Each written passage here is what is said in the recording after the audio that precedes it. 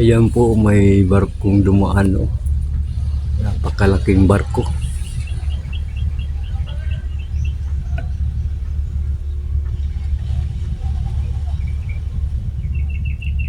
Pero saktong-sakto siya sa vacation center, oh.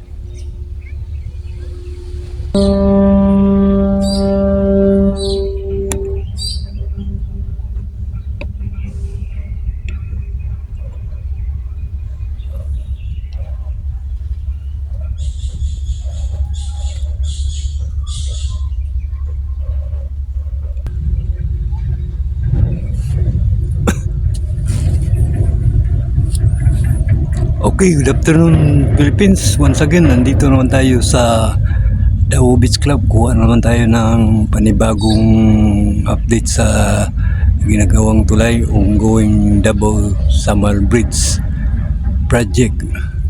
Ito na po yung stasyon dito. Okay, siya nga pala, bago tayo magpatuloy, paki-subscribe na lang po at saka paki-pindot na rin yung notification bell at saka isalin nyo na rin yung like and share para updated kayo sa lahat ng channel, lahat ng videos na gagawin ko at saka makatulong na rin sa aking munting channel. Okay, so ito na ang stasyon ng mga ka-viewers ko. Dyan sa dulo sa Samal, may nilagay sila ng tatlong kulay blue na formang Y, ayan, sa dulo, sa pier cap. Ayan, kasi parang yan yung breeze, siguro parang breeze yan eh. Ayan po.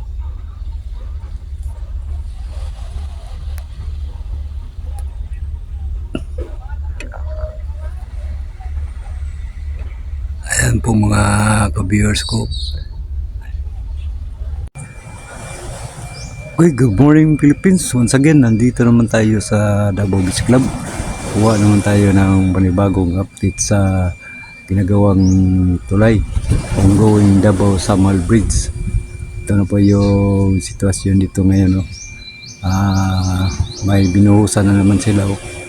Pero actually kahapon, kagabi, may binuhusan sila. Nakapadaan ako dito kagabi, pero ayaw ko kung saan banda yung binuhusan nila dito sa may Craneway.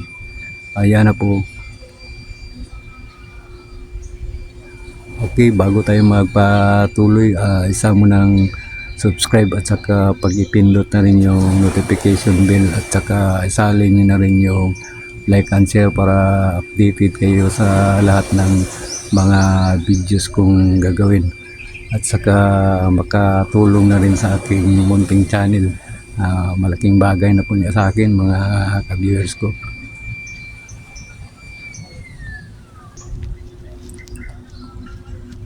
Okay po, parang may binuhusan sila doon dahil may isang transit mixer doon sa dulo, oh. Yan, oh. Kikita po natin, oh. May isang transit mixer. So ibig sabihin, yung kagabi, parang hindi na tapos siguro yun, or kasi umulan kasi malakas ang ulan kagabi. Pero I think na tapos nila yun. Siguro sa ibang area naman yan, ibang parte ng Pusti. Ayan na po. Palagay ko ito siguro yung nabuhusan kagabi kasi medyo marami yung transit mixer ng datingan eh. Yan po.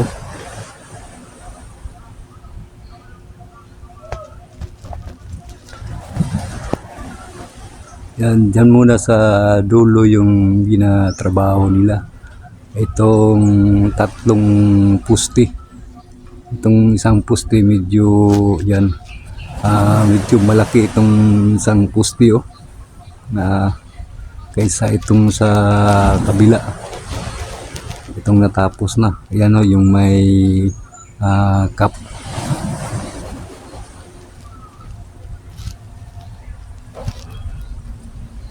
Itong sa dulo. Ayan, medyo yan parang pareha sila kalaki, parang pareha silang size. Yan o, pero hindi pa natapos itong ginagawa nilang kapo. Itong sa dulo.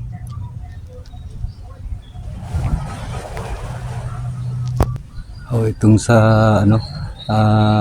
navigation center yung dinadaanan ng barko. Yan o, medyo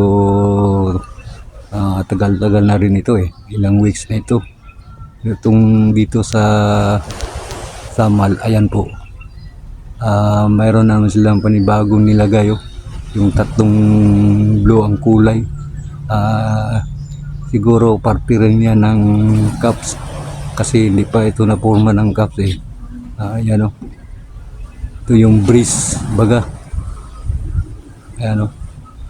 Yung doon sa Samal. Pero may natapos na rin doon. Ayan po, maliit rin na puste. Kagaya dito sa Davao City na puste. Yan yun nung natapos na may cups.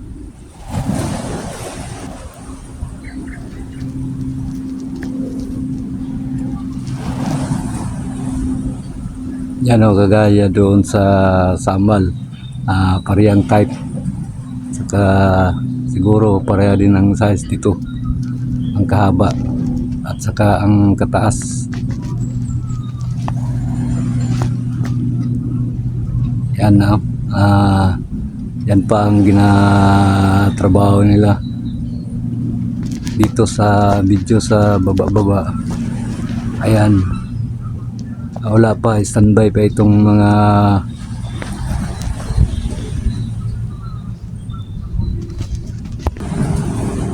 itong gagawing pusti, yung baga preparation ng pusti dito, standby pa, pero may foundation sila. Yan, at saka parang itong dinagdag nila na maliit na poste, siguro sa ito eh, sa tower crane ito eh. Yan, hindi pa nagalaw yan. Yan po.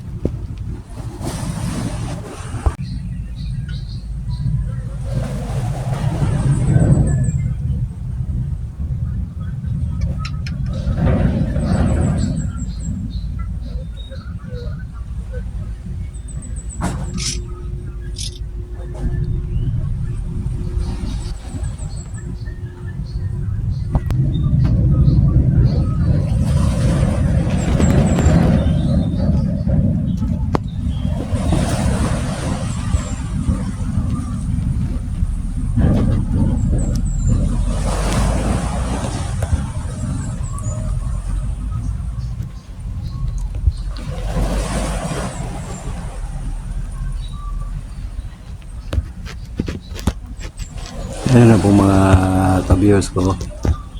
Yan o. So far, yan ang trabaho nila. Kasi malapad to eh. Parang lagyan pa siguro yan ng ano, ng swing. Yung ko lang kasi 4 lanes ito sa daanan pa lang ng mga sasakyan 4 lanes ito. Hindi pa kasali yung pathway at saka yung bike lanes. Meron pa itong bike lanes eh. So kasi malapad to. Tapos ang taas nito 4.8 galing doon sa Samal hanggang sa highway. Yan po. Ang target nila ito is dapat sana yung target nila is 2028. So parang ano yata parang hindi nila kaya sa impormasyon ko lang ayan po. So gimove nila ng 2030. O parang ma-estimate mo na lang itong trabaho nila dito eh. Parang hindi talaga kaya sa 2028. Okay. Yan po. Dito hindi pa nagalaw saka dito. Pero at least yung trabaho nila medyo buog talaga yung paspasan ba yung trabaho dito.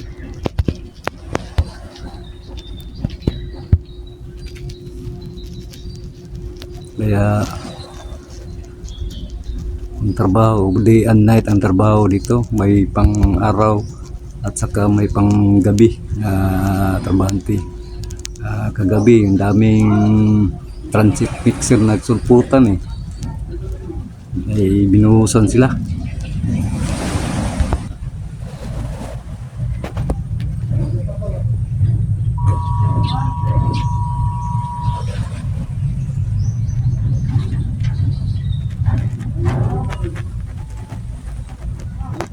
Itong isang poste wala masyadong trabaho dito, parang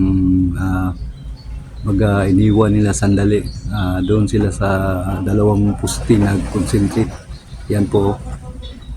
Yan, makikita po natin daming trabahante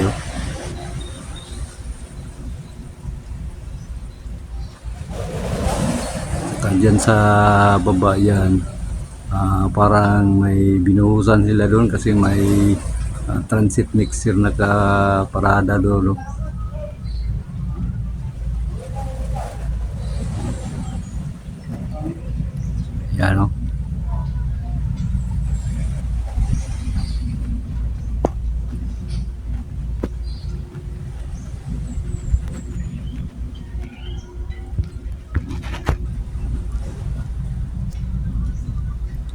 Yan sa parte ng Samal yan, may tatlong kulay blue na brace na nilagay nila para sa ano yan, sa cap. Saka may dalawang butas ito, ewan ko kung saan gagamitin itong dalawang butas.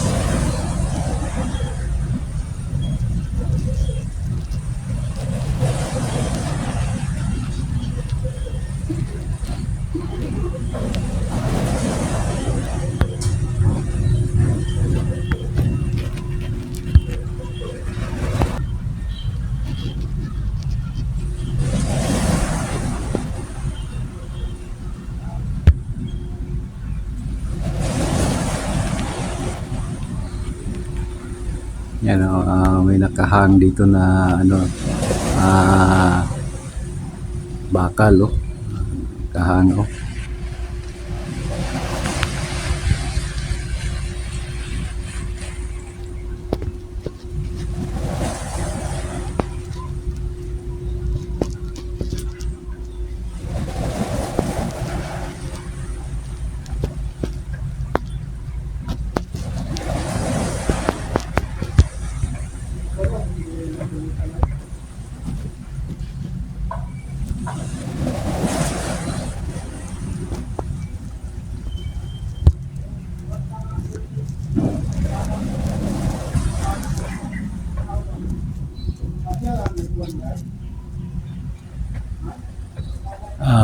Dito banda, wala pa, standby pa yung dito sa may malapit na sa shoreline.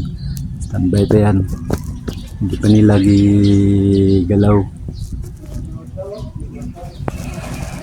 Yung una nila yung doon sa dulo.